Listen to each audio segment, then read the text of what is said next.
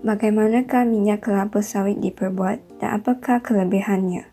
Dalam video ini, kami akan mengetahui proses dan kaedah bagaimana minyak kelapa sawit dihasilkan.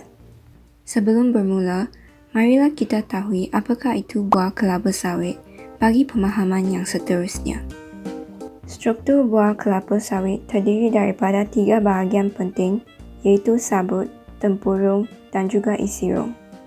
Dalam bahagian sabut mempunyai minyak yang terbanyak, tempurung tidak ada minyak, isi rong pula mempunyai minyak yang lebih berkualiti. Cara mengekstrak minyak kelapa sawit dibahagikan kepada 5 peringkat utama, iaitu daripada pensterilan, penanggalan, pencernaan, pengekstrakan kepada penulenan. Untuk proses yang pertama, iaitu pensterilan, tandan kelapa akan disteril dengan steam dulu sebelum dihantar ke kilang untuk mengelakkan penumbuhan bakteria dan juga mikroorganisma. Kaedah ini dapat melembutkan buah kelapa sawit bagi memudahkan kita menanggalkan buah daripada tandan. Untuk langkah yang kedua iaitu penanggalan, tandan buah akan dipisahkan daripada buah kelapa sawit dan selepas itu dihantar ke mesin bagi pencernaan. Untuk proses yang seterusnya, proses pencernaan diteruskan dengan menghancurkan buah kelapa sawit dan memisahkan bahagian sabut dengan tempurung dan isi rong. Bagi langkah yang keempat iaitu pengekstrakan, minyak kelapa sawit diperah daripada sabut yang dihancurkan oleh mesin penekan hidrolik dan minyak sawit akan disalurkan ke dalam bekas tangki minyak mentah. Pada ketika ini, tempurung dan isi rong kelapa sawit akan dihancur, dipanas dan diekstrak untuk mendapat minyak isi rong.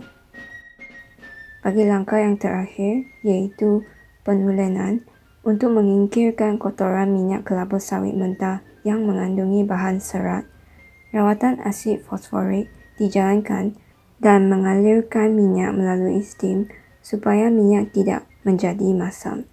Karbon teraktif juga dimanfaatkan untuk menyingkirkan warna minyak kelapa sawit. Melalui penurasan dan pemendapan minyak isi rong berjaya diturunkan.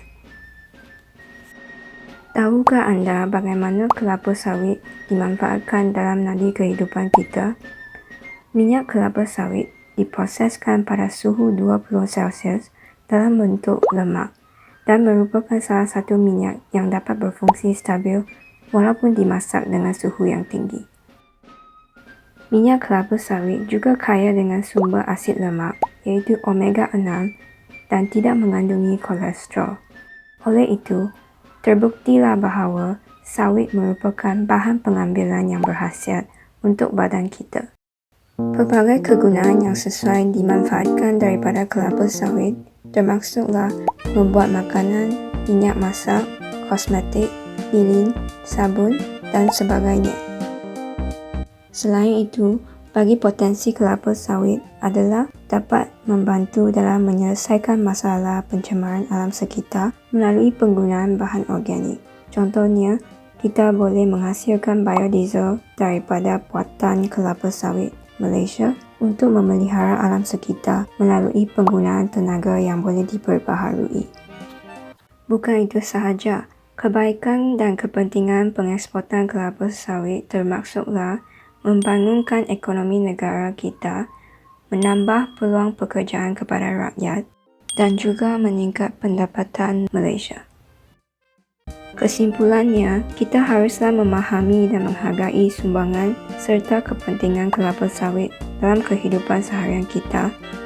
Dengan memiliki pengetahuan sawit, kelestarian industri tanaman kelapa sawit boleh diteruskan dengan jaya.